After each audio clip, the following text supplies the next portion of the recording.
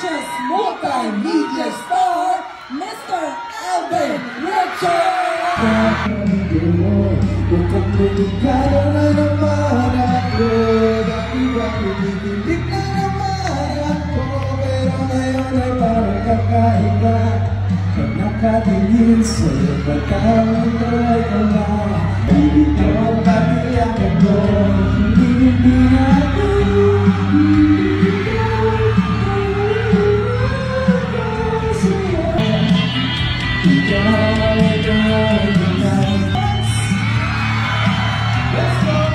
Kasi siguro yung hindi nakikita ng karamihan or the public yung nasa likod nun, the sacrifices that you have to make. Ultimo, time nyo sa family nyo, time nyo sa sarili nyo, time nyo sa ibang bagay, makakompromiso yan. So make sure that this is what you really want. Ako kasi, when I entered, I told myself na yes, this is what I want. At paghihirapan ko lahat ng mga gagawin ko sa industriya ko. And siguro, this year is my 15th year anniversary in show business. Wow! 15 years! Hello Kathleen fans! So ito na nga ha, sobrang nakaka-inspire ito si Alden mga kasombreros kasi nga kahapon. Maliban sa update natin kay Katrina, nakaka-inspire kahapon kasi di ba nasa University of Makati siya. Tapos parang kumanta ulit siya ng mukhang delikado na naman na ang paboritong kanta ni Mrs. Paukerson mga kasambrero. Yun yung kanyang kanta na para kay Mrs. Paukerson mga kasambreros na Dilaw ni Maki. So tapos kahapon ay parang nagsalita siya, inspirational speech na sinasabi niya sa mga estudyante na kung ano yung passion mo talaga, kung ano yung hilig mo, yun yung dapat i-pursue mo, no? Kasi tulad sa kanya, no, talagang mga passion niya talaga ngayon ang kanyang pinupursue. Tapos yun nga, no, sabi ng caption ay pwede siyang maging inspirational or motivational speaker talaga. Kasi nakikita mo talaga sa kanyang buhay, sa kanyang achievements, sa kanyang estado mga kasambreros, na ano siya kapag kung ano yung passion niya, ano yung gusto niya, ginagawa niya talaga mga kasos. Pero yung gusto na yun is makaka-inspire at saka makakabuti. Okay? So yun po mga, so yun nakaka-believe at nakaka-touch mga kasambreros. And then ito, si Ma'am Catherine naman nag-share ng, bihira mag-share, no? Si Ma'am Catherine ng kanyang Instagram poster. Ito ay kahapon po nag-share siya ng kanyang KFC na litrato mga kasunod kung saan nga ay kumakain siya ng mga pagkain from KFC, no? Tapos dito may aso siya, no? Tapos kumakagat siya mga kasunod ng chicken. And then, syempre part ng endorsement niya mga kasambreros, itong kanyang pinost po na naka-cap siya na kulay pula at saka nakaputi mga kasambreros, tapos naka-short ng parang maong na maiksi mga kasambreros.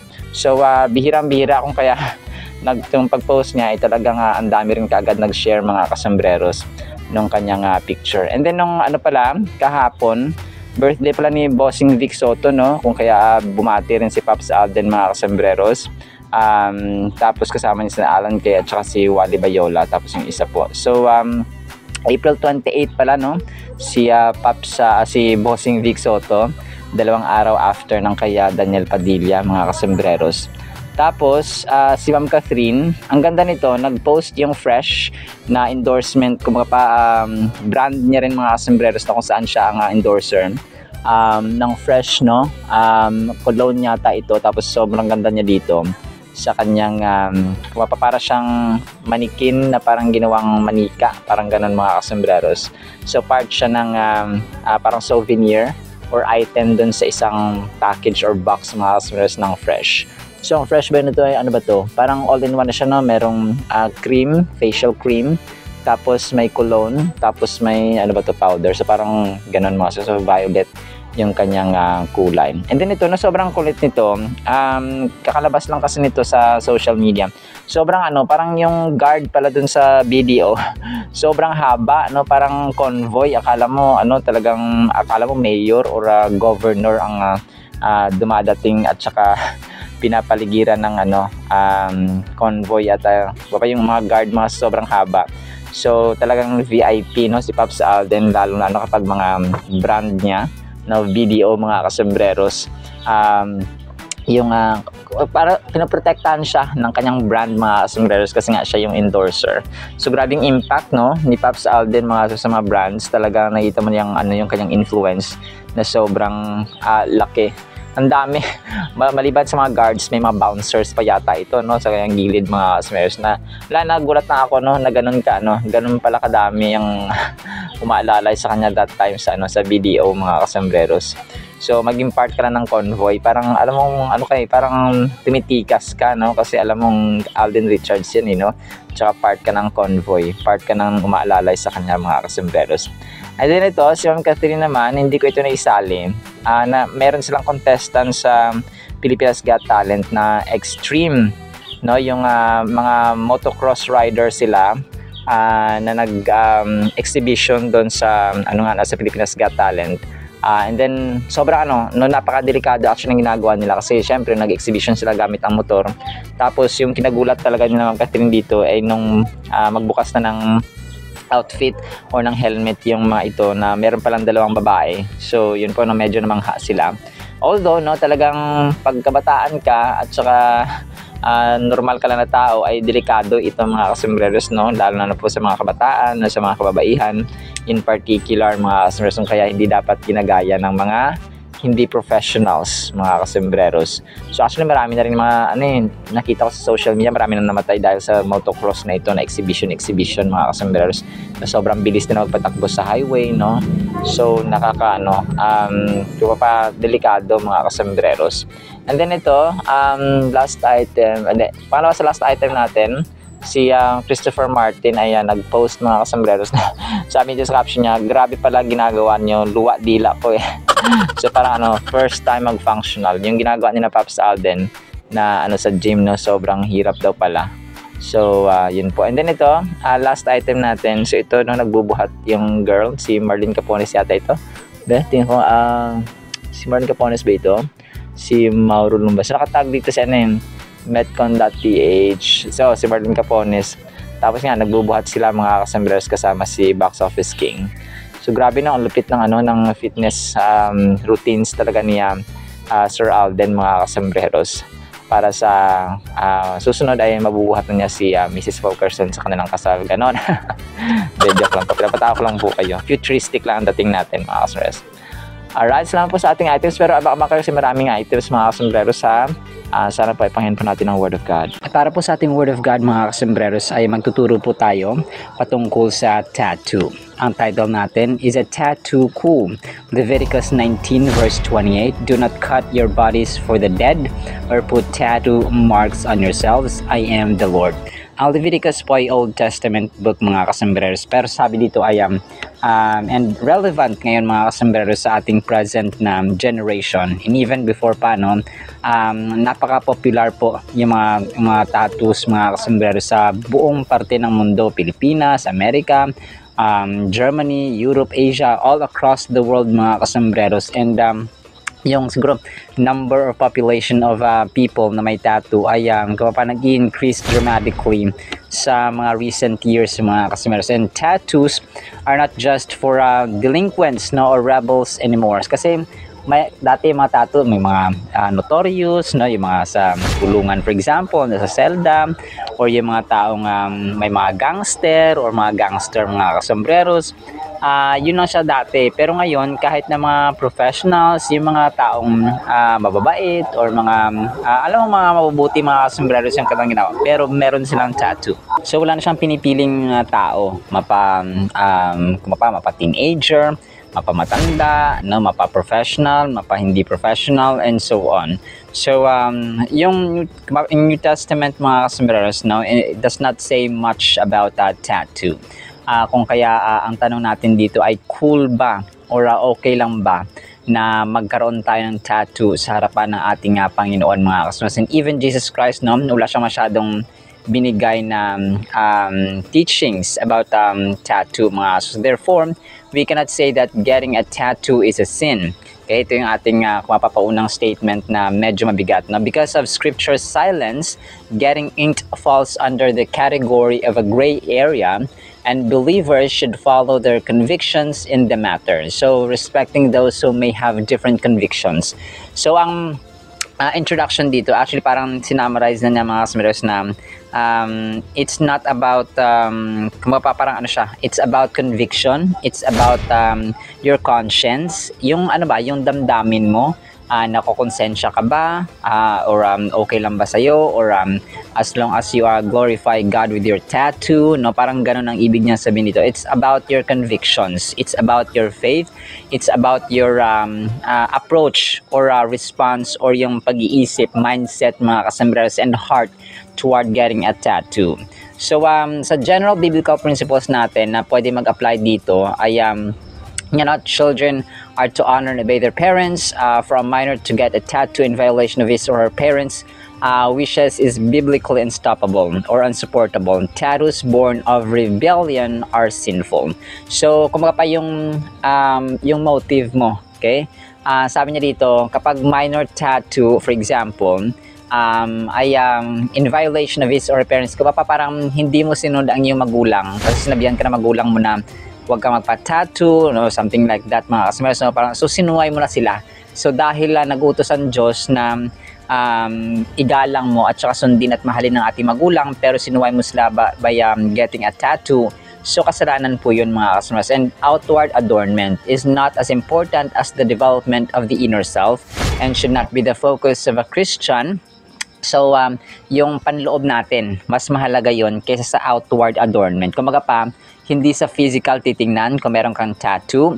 Kasi ang sasabi dito sa verse natin kumaga pa, ang sasabi ng Diyos ay huwag kang maglagay ng mamarka ng tattoo mga kasambreros, or huwag mong mapaputulin ang iyong, kasi dati sa iba talaga yung teachings, no? But not, si Jesus Christ hindi pumunta dito para baliin yung scripture or yung Bible mga customers or law, but he came to fulfill the law instead.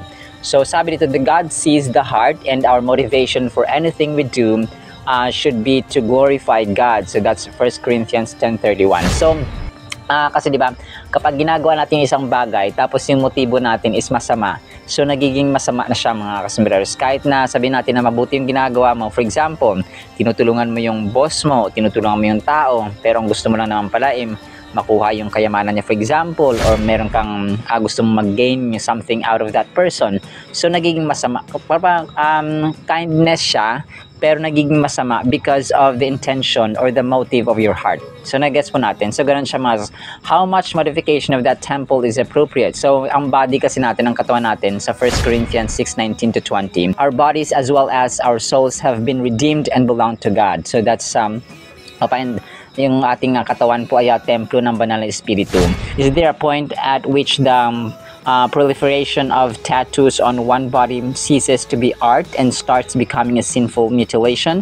This should be a matter of individual reflection in honest prayer. So, nga na talaga yung inner self mo, kapag ikaw ay nako-convict, ikaw ay kumagapa nakokonsensya mga kasambreros na gawin isang bagay, so don't do it. We are Christ's ambassadors delivering God's message to the world. So that's 2 Corinthians 5:20. What message does the tattoo send, and will it aid or detract from respecting or representing Christ and sharing the gospel? Kasi may iba, nagpapatattoo sila ng mga verses, no, may mga ganun mga kasamaris, and especially sa mga Western countries like USA and Canada, may mga Christians talaga na nagpapatattoo sila mga kasamaris, like cross, no, versus Biblia or Bible, for example. So may mga ganun siya mga kasambreros na mga tradisyon na kaugalian na nila mga kasambreros. And if they are not convicted na gawin yon, but still they serve God, so it's a matter of faith and relationship sa Panginoon. Yun talaga ang nag-matter sa lahat. Well, of course, no, talagang mas maganda siguro na mas malinis ang ating katawan, na hindi tayo nagpapamarka. No, yun ang aking point of view dito mga sis. Whatever does not come from faith is sin. So that's Romans 14:23. So the person getting tattooed should be fully convicted that it is God's will for him or her. So dapat ikaw mismo, when you have faith, no, Christian ka na, naniwala ka sa Panginoon, and you are fully convicted na yun yung will ng Panginoon na magpa-tattoo, no, magpamarka ka ng cruise, for example, or verse na gusto mo, that's fine. Pero kung hindi ka na, kung paano ko convict ka at saka kung opposite ang sinasabi ng iyong conviction ng iyong kaloob-looban mga sus, then do not do it. So we cannot leave the discussion of tattoos without looking at the Old Testament law that prohibited tattoos, no? Mention natin kanina yung ating verse na Leviticus 19:28 mga sus. So for the reason for that prohibition of tattoos in this passage is not stated, but it's likely that tattooing was a pagan practice connected with idolatry and superstition. So yung motive kasi nila, yung tradition, yung kultura nila na nagpapatattoo sila ay dahil sa mga pagsamba sa Diyos-Diyosan, sa mga maling Diyos, mga customers, and superstitious beliefs. Yung mga pamahiin ba, no? Ganun mga customers. It was probably common for the pagans to mark their skin with the name of a false god or with a symbol honoring some idol. So yun na, di ba, yung mga tao, nagpapatattoo sila ng mga pangalang artista, pangalan ng kanilang asawa, pangalan ng kanilang jowa, no? Pangalan ng kung sino-sino. But it's not related sa Panginoon, and it's not will of God. Kung hindi sila na-convict, no, may mga tao kasi pag siyempre hindi ka Christian, no, hindi ka naniwala sa Diyos, talagang hindi ka mako-convict. So the Israelites belonged to Him, they were His workmanship, and they should not bear the name of a false god on their bodies. While New Testament believers are not under the Mosaic law, we can take from this command the principle that if a Christian chooses to get a tattoo, it should never be for superstitious reasons or to promote worldly philosophy. So sabi natin na kapag nagpapatattoo tayo ay pangalan ng idol natin, mukha ng idol natin, yung mga for example, basta hindi siya related sa faith mo sa Panginoon mga kasumreros, no, that's something na argumentative, no, kumbaga pa pwede siyang pag-awayan ng conviction ng faith mo, and then yung pagiging pleasing ba ito sa harapan ng Panginoon o hindi, ito ba yung will ng Panginoon o hindi.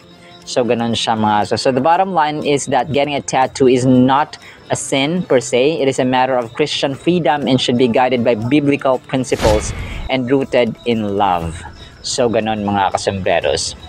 Alright, so lang po in the meantime nawa po ay pagpalain po tayo ng pag-ibig, pananampalataya at pag-asa in the mighty, holy, sweet, magnificent name of the Lord Jesus Christ. And everyone said, Amen and Amen. See you sa next segment po mga kasembreros, and paalam po. I love you.